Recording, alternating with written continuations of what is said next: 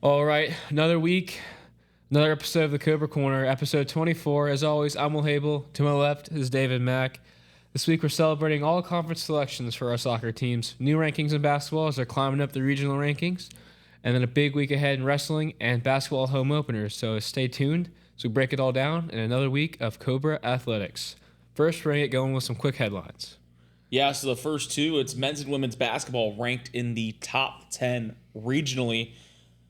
The men's basketball team is ranked 6th, was previously 8th. And then the women's, the new rankings haven't quite come out yet, but they were 9th. So both teams sitting in the top 10 and sitting pretty there. So we're really excited. As he said, we're going to host our home opener this week, and we'll get to that in a little bit. But basketball's ramping up, and we're excited for this season. But now, moving outside to the soccer field, we've got a heck of a lot of all-conference nominations. Yeah, basketball season just right around the corner, but we still got soccer going, so we still got to congratulate men's and women's soccer. First up, we have men's soccer, who did a pretty good showing within the first team all-conference. Frederick Benedict, Johan Chopin, Maddie Tricker, and Yori Kaiser is a Cobra selected for the all-conference first team. And we have 3 players for the second team, which include Oscar Kaufman, Vitalis Takawira, and Yvonne Malarte. So congratulations to those 3. And then to round out the third team, we have Lucas Bernson. So congratulations to those athletes on your all-conference selection. And then we didn't stop there. We went ahead and got another 3 of the 4 single-person awards. We have Michael Antonovich named SAC Coach of the Year. Maddie Tricker, Defensive Player of the Year, and Oscar Kaufman, Freshman of the Year. Oh, sorry, I forgot to mention one. We had Nico Sotra, Elite 23 Award winner, which is an academic award given. Yeah, it's the you have to play in 75% of the contests, as well as it goes to the award winner with the highest GPA. And Nico Sotra has a 4.0 cumulative GPA. So we already knew going into this one who was winning it. That was a lock. So, yeah, congratulations to Nico. He's great performance on the field and in the classroom as well.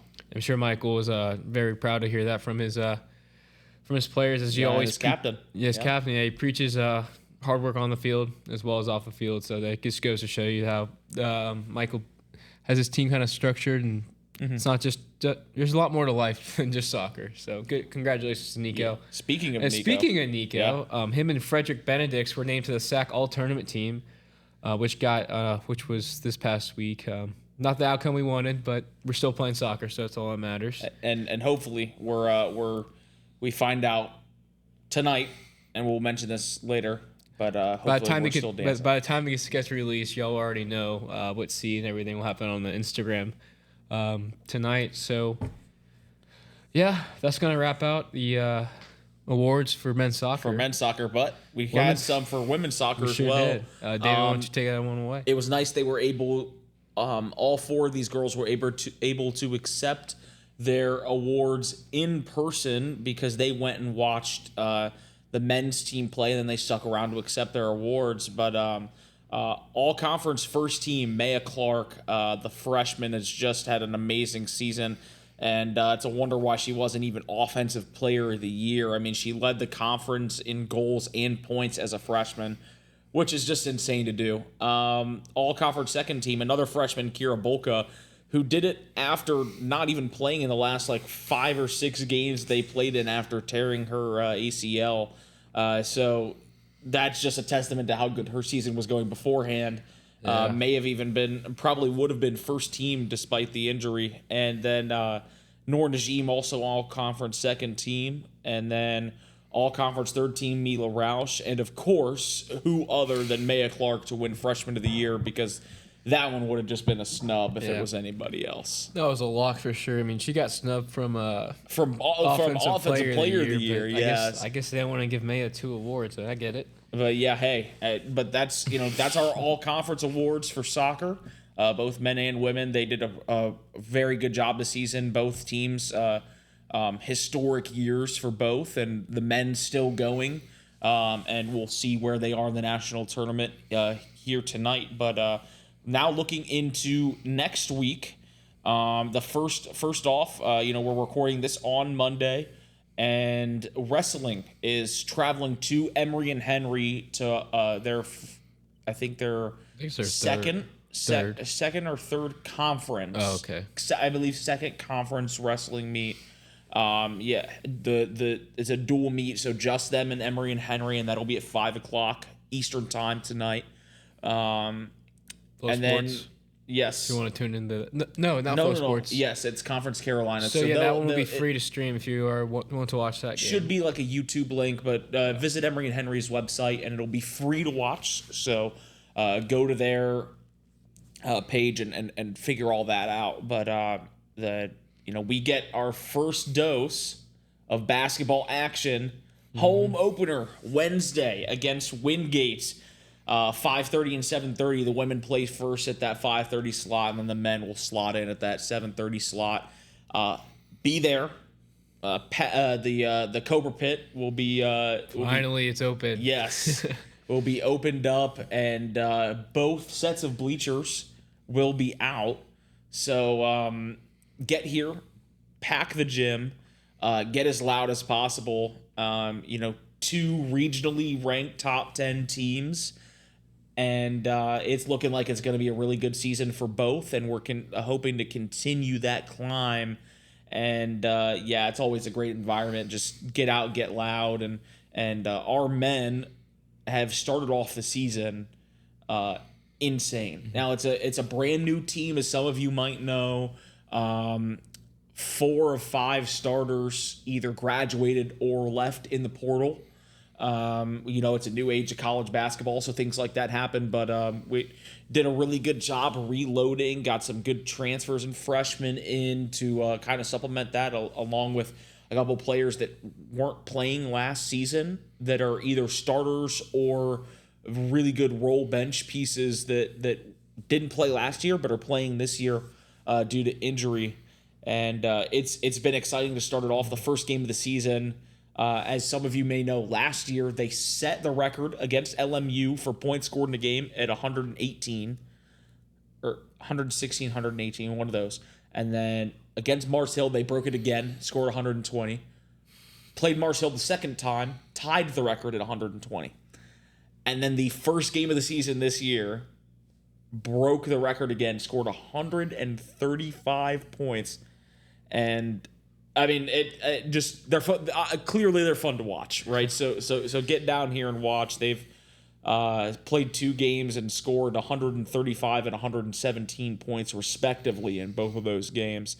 So it's going to be really entertaining to watch. They're going to play fast paced. They're going to score the ball a lot, and get here, get on your feet, and get loud. It's going to be awesome. And then I don't know if we have it announced, but I'm sure we're going to do some sort of whiteout or something like that for the first home game. For sure. And don't forget, don't just be there for the 7:30 game. Be there for the 5:30 game for the women. They are also top 10 regionally ranked.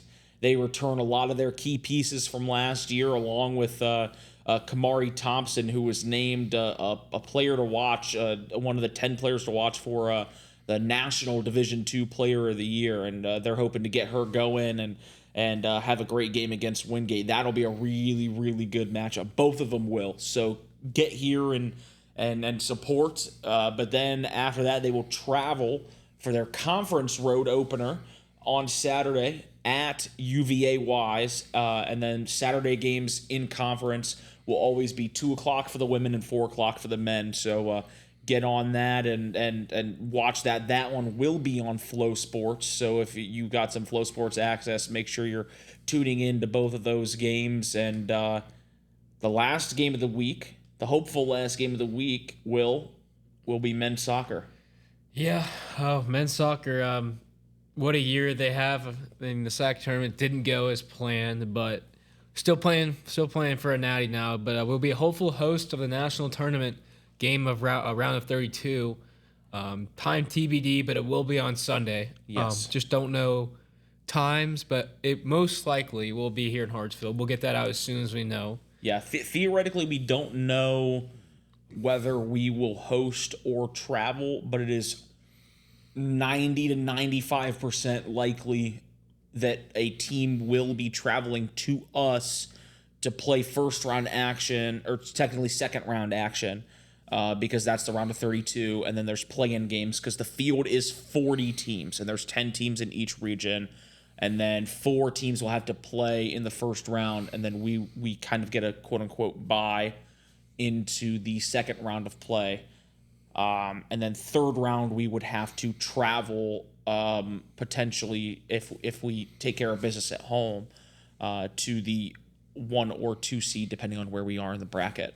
So Yeah, but we'll talk more about that next week when we get on here about if hopefully they've won that game. Yeah, hopefully we win that game. That's a big game we got to win. But we'll have all the scenarios and all that fun stuff to go over at later dates. But we know we got a date, and we still don't know who we're playing yet. But we know what we're playing Sunday. So best of luck to men's soccer as they look to go for a natty this year. But on that note, we're gonna wrap things up here on the Cobra Corner. Congratulations to all the athletes again on their incredible accomplishments with all these postseason accolades. And good luck to our teams competing this week. Don't forget to cheer on the basketball teams Wednesday here at home, and then at their home openers. So, want to stay connected? Follow us on Instagram at Cobras, and then stay tuned for updates. And as always, go Cobras. Go Cobras.